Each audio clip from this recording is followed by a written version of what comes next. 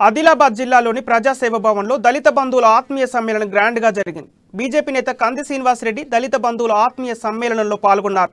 ఈ కార్యక్రమంలో ఎంఆర్పీఎస్ నేతలు, మాదిగ, హరిజన సంఘాల నేతలు హాజరయ్యారు. ఈ సందర్భంగా దళిత వర్గాలకు తెలంగాణ రాష్ట్ర ప్రభుత్వం చేస్తున్న మోసాలను కంది శ్రీనివాస్ రెడ్డి వివరించారు.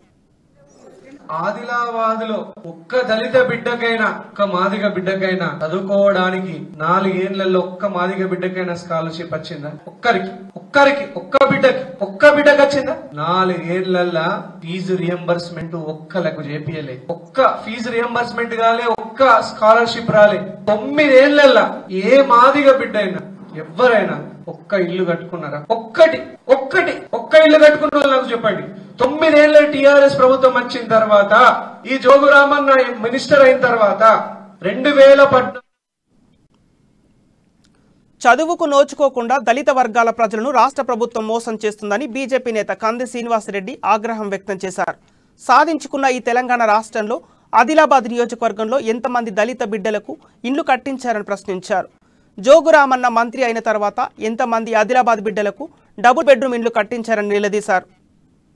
ఆదిలాబాద్ లో ఒక్క దళిత బిడ్డకైనా, ఒక్క మాదిగ బిడ్డకైనా చదువుకోవడానికి 4 ఏళ్లలో ఒక్క మాదిగ బిడ్డకైనా స్కాలర్షిప్ వచ్చిందా? ఒక్క బిడ్డకి వచ్చిందా? 4 ఏళ్లలో ఫీజు రియంబర్స్మెంట్ ఒక్కలకు చేపియలే. ఒక్క ఫీజు రియంబర్స్మెంట్ కాలే, ఒక్క స్కాలర్షిప్ రాలే. 9 ఏళ్లలో ఏ మాదిగ బిడ్డ అయినా, ఎవరైనా ఒక్క ఇల్లు కట్టుకున్నారా? ఒక్క ఇల్లు కట్టుకున్న వాళ్ళు నాకు చెప్పండి. 9 ఏళ్ల టిఆర్ఎస్ ప్రభుత్వం వచ్చిన తర్వాత 4 సార్ల మనం ఎమ్మెల్యే చేసినాం జోగు రామన్నని, ఒకసారి మంత్రి చేసినాం. దళిత బిడ్డలకి ఏం చేసిండు? మాదిగలకి ఏం చేసిండు? ఒక్క ఇల్లు కట్టియలే. 9 ఏళ్లలో 4 ఏళ్లలో ఒక్క చదువుకునే పిల్లడికి స్కాలర్షిప్ ఇయ్యలే. 4 ఏళ్లలో ఏ మాదిగ ఎమ్మెల్యే జోగు రామన్నను 4 దఫాలుగా ఎమ్మెల్యేగా గెలిపించామని, ఒకసారి మంత్రిగా చేశామని గుర్తు చేసిన కంది శ్రీనివాస్ రెడ్డి దళిత బిడ్డలకు జోగు రామన్న ఏం చేశారని ప్రశ్నించారు. మాల, మాదిగ, హరిజన వర్గాల ప్రజలకు ఏం చేశారని కంది శ్రీనివాస్ రెడ్డి నిలదీశారు. చదువుకున్న నిమ్న వర్గాల ప్రజల కోసం జోగు రామన్న ఏం చేశారని అన్నారు. ఉన్నత చదువులు చదువుకుంటామన్న వారికి మొండి చేయి చూపించారని తెలిపారు. ఒక కొత్త రేషన్ కార్డు కూడా ఇవ్వలేదని కంది శ్రీనివాస్ రెడ్డి ఆరోపించారు. కొత్త పింఛన్లు, రేషన్ కార్డులు ఇప్పించడంలో జోగు రామన్న పూర్తిగా విఫలమయ్యారని కంది శ్రీనివాస్ రెడ్డి పేర్కొన్నారు. ఎమ్మెల్యే మనల్ని మోసాల మీద మోసం, కుట్ర మీద కుట్ర చేస్తున్నాడు ఈ జోగు రామన్న గారు. ఈయన పొత్తులు లేస్తే నోట్లకెళ్ళి అబద్ధం వెళ్తుంది. ఇండ్లు లేవు, రేషన్ కార్డులు లేవు, పింఛన్లు లేవు. పింఛన్లల్లా ఎంతమంది మాదిగలు చనిపోతే అంతమందికే కొత్త పింఛన్లు ఇస్తుడు తప్ప 100 మంది మాదిగలకు పింఛన్లు అవసరమైతే 10 మందికి ఇచ్చి చేతులు దులుపుకుంటున్నాడు. కరెక్టేనా? 57 ఏళ్లు పైబడ్డ వాళ్ళందరికీ పింఛన్లు ఇస్తామని చెప్పిండి జోగు రామన్న. చెప్పిండా? కొన్ని వేల మందికి పింఛన్లు వస్తలేవు మన ఆదిలాబాద్ నియోజకవర్గంలో. రైతు బీమా, భూమి ఉన్న వాళ్లకు రైతు బీమా ఇస్తున్నావు, సంతోషం. మరి భూమి లేని వాళ్ళు ఏం పాపం చేసిండ్రు? వాళ్ళకెందుకు ఇయ్యో రైతు బీమా? ఏం పాపం చేసిండ్రు భూమి లేని వాళ్ళు? అంటే ఒక బర్రె చచ్చిపోతే, గొర్రె చచ్చిపోతే, మనిషి చచ్చిపోతే సమానమేనా? మనిషి జీవితంకు విలువ లేదా? రైతు బీమా రైతు కూలీలు అందరికి ఇవ్వాలి. మాదిగళ్లలో 90% మంది రైతు కూలీలే. భూమి ఉన్న వారికే రైతు బీమా ఇస్తున్నారని, మరి భూమి లేని వాళ్ళు ఏం పాపం చేశారని బీజేపీ నేత కంది శ్రీనివాస్ రెడ్డి ప్రశ్నించారు.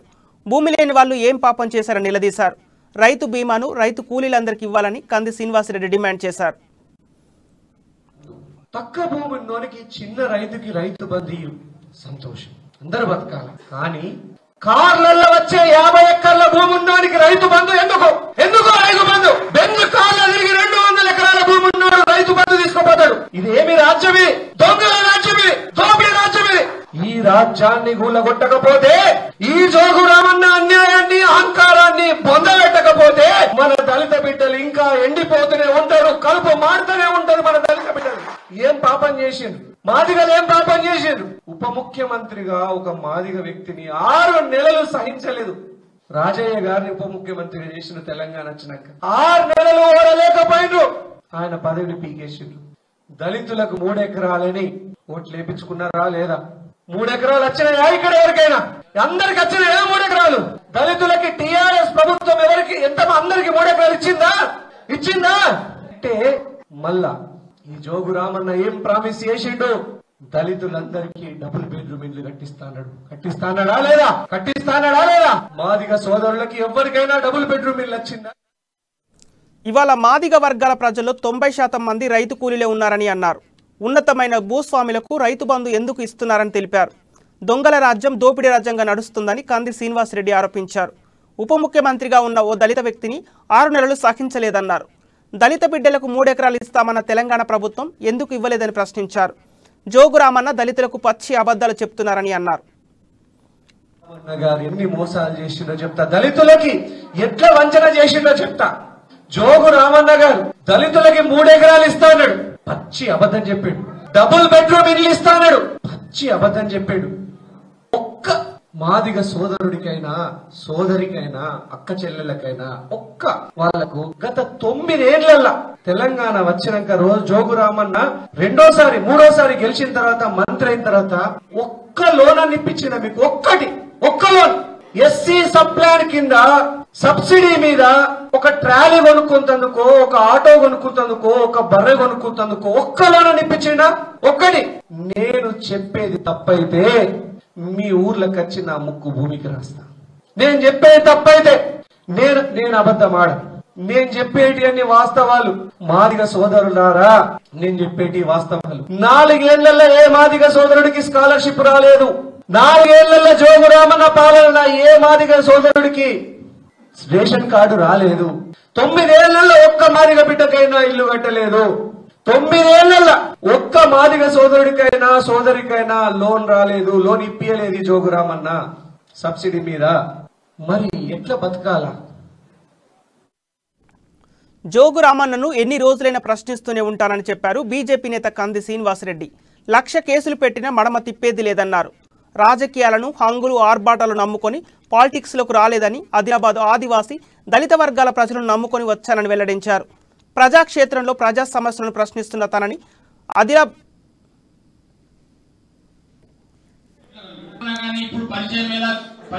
నేను జోగు రామన్నని ప్రశ్నిస్తూనే ఉంటా. మీరు నా వెనకాల ఉంటే ఆదిలాబాద్ అభివృద్ధి కోసం, ఆదిలాబాద్ ప్రజల అభివృద్ధి కోసం 1,00,000 కేసులకైనా నేను భయపడా. 1,00,000 కేసులకైనా భయపడా. 1,00,000 సార్లు నన్ను జైల్లో పెట్టినా నేను మాదిగల కోసం ప్రశ్నిస్తూనే ఉంటా. మాదిగ సమాజం కోసం ప్రశ్నిస్తూనే ఉంటా. మాదిగ బిడ్డల చదువుల కోసం ప్రశ్నిస్తూనే ఉంటా. మరి నేను కంది శ్రీనివాసరెడ్డి అనేటోడు నాయకుల్ని నమ్ముకొని రాజకీయాలకు రాలి, అమ్ముడు పోయే నాయకుల్ని నమ్ముకొని నేను రాజకీయాలకు రాలి. నేను ప్రజల్ని నమ్ముకొని రాజకీయాలకు వచ్చిన, నేను మిమ్మల్ని నమ్ముకొని రాజకీయాలకు వచ్చిన. జోగు రామన్న ఇంత ఇబ్బంది పెడుతున్నాడు కదా, మరి నన్ను మీరందరూ సంపుకుంటారా సారుకుంటారా? మీ చేతుల్నే పెడుతున్నా. నన్ను సంపుకున్నా, నన్ను కాపాడుకున్నా మీదే బాధ్యత. జోగు రామన్న ఈసారి ఎమ్మెల్యే గెలవడానికి 150 కోట్లు ఖర్చు పెడతాడట. 150 కోట్లు. నేను జోగు రామన్నని ప్రశ్నిస్తూనే ఉంటా. మీరు నా వెనకాల ఉంటే వచ్చే ఎన్నికల్లో బీజేపీకి ఒకసారి అవకాశం ఇవ్వాలని కంది శ్రీనివాసరెడ్డి దళిత వర్గాల ప్రజలను కోరారు. జోగు రామన్న ఒక్కరోజు కూడా మాదిగ వర్గాల ప్రజల ఇండ్లలోకి రాలేదన్నారు. ఆదిలాబాద్ ప్రజలు ఈసారి ఖచ్చితంగా బీజేపీని ఆశీర్వదిస్తారని ఆశాభావం వ్యక్తం చేశారు. బీజేపీ జెండా ఎగరడంతోనే జోగు రామన్న పతనం మొదలవుతుందని కంది శ్రీనివాసరెడ్డి పేర్కొన్నారు. ఒక్కసారి ఆశీర్వదించండి బీజేపీ. పువ్వు గుర్తు పార్టీని ఒక్క ఛాన్స్ ఇవ్వండి, ఒక్క అవకాశం ఇవ్వండి పువ్వు గుర్తుకి. ఒక్కసారి మార్పు చూడండి, మీకే తెలుస్తుంది. ఎన్నిసార్లు ప్రశ్నించినా ఈ జోగు రామన్న గారికి సోయుంటలేదు. మొద్దు నిద్రపోతున్నాడు.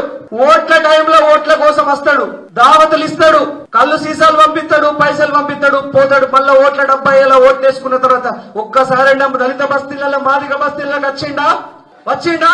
మీ సమస్యలు ఏమో నేను అడిగిండా? ఒక్క బస్తీకైనా రాడు జోగు రామన్న. జోగు రామన్న పైసల్ని నమ్ముకున్నాడు. నేను ప్రజల్ని నమ్ముకున్న జోగు రామన్న. మీ పైసలు మా ప్రజాబలం ముందేం పనిచేయి. నువ్వు ఎన్ని 100 కోట్లు ఖర్చు పెడతావో పెట్టు, కానీ ఈసారి ఆదిలాబాద్ గడ్డ మీద బీజేపీ జెండానే, మా కంది సీనన్న జెండానే ఎగురుతుందని చెప్పండి. దళిత బిడ్డలల్లా మన కంది సీనన్న జెండానే దళిత బస్తీలలో ఎగురుతుందని చెప్పండి. మళ్ళీ నేను చెప్తున్నా, ఆదిలాబాద్ గడ్డ మీద Bharatiya Janata party BJP party జెండా ఎగరేయడానికి మాదిగ బిడ్డలే వారధిలాగా నిలబడతారని మాదిగ సోదరులు జోగురామన్న గారు మీ పతనం మాదిగ వాడ నుంచే దళిత బస్తీ నుంచే మొదలైందని చెప్తున్నాడు జోగురామన్నకి. ఆయన పతనం మొదలైంది ఏనాడైతే దళితుల్ని వంచిండో, ఏనాడైతే మాదిగల్ని మోసం చేసిండో ఆ రోజు నుంచే జోగురామన్న పతనం మొదలైంది. ఒక్కసారి ఆశీర్వదించండి బీజేపీ పువ్వు గుర్తు పార్టీని. ఒక్క